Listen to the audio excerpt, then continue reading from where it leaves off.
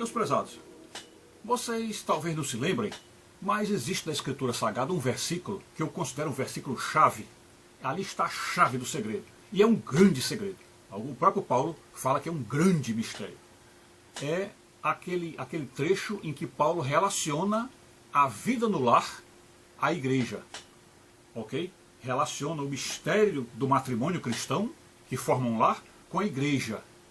E esse mistério já começa no fato de que a igreja é chamada de noiva de Cristo. É a noiva do Senhor. E o Senhor, portanto, é o esposo, ou é o noivo que está para vir. Né?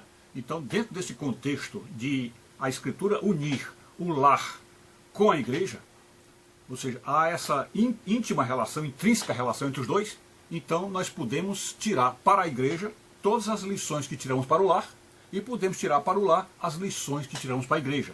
São duas coisas plenamente relacionadas. E vamos começar dizendo logo o quê?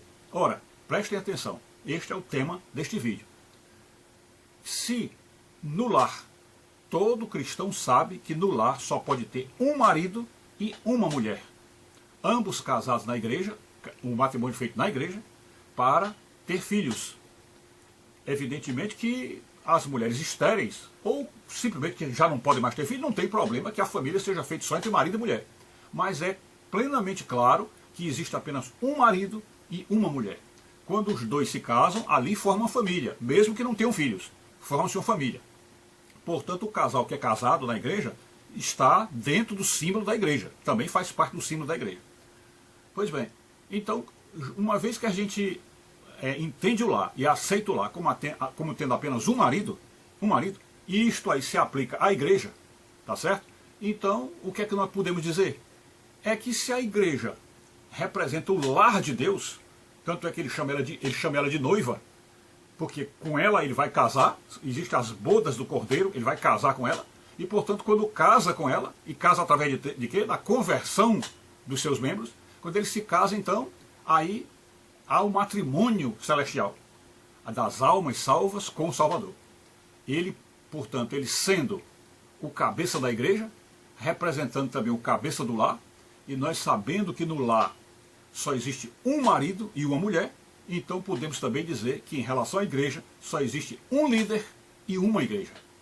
Só existe um líder e uma igreja. Portanto, uma só doutrina, uma só fé, um só batismo, tudo como está na Escritura Sagrada.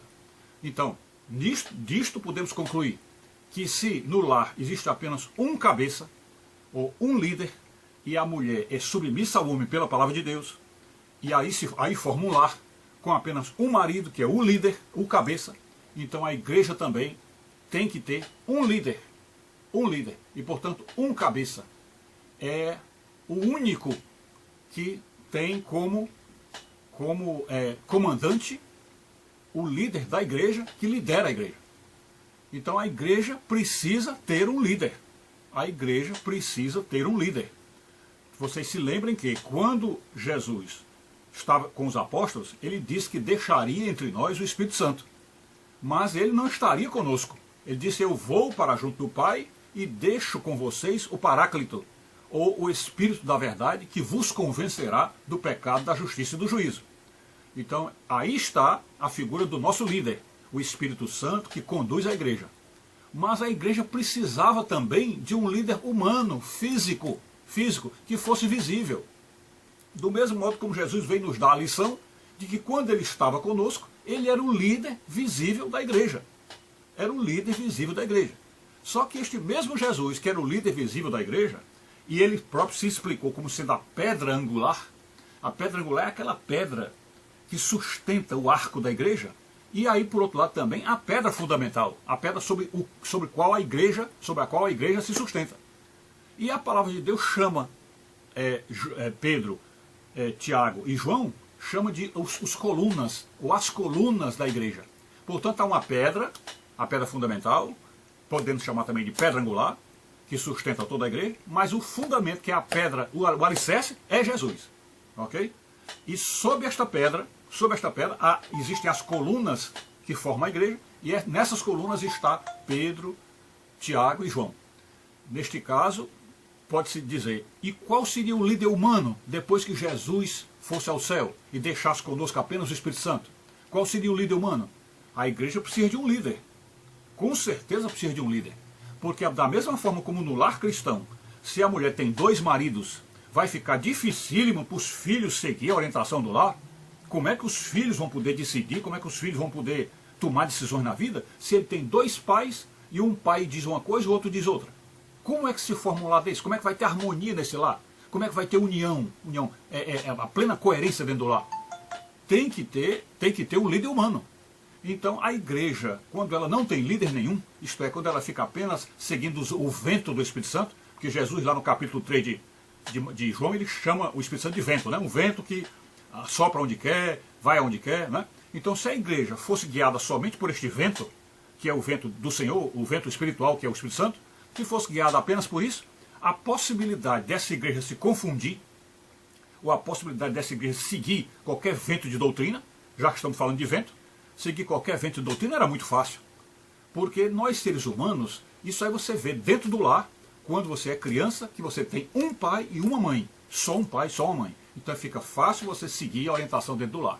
Porque quando seu pai não está, quem vai dar orientação no lar é sua mãe.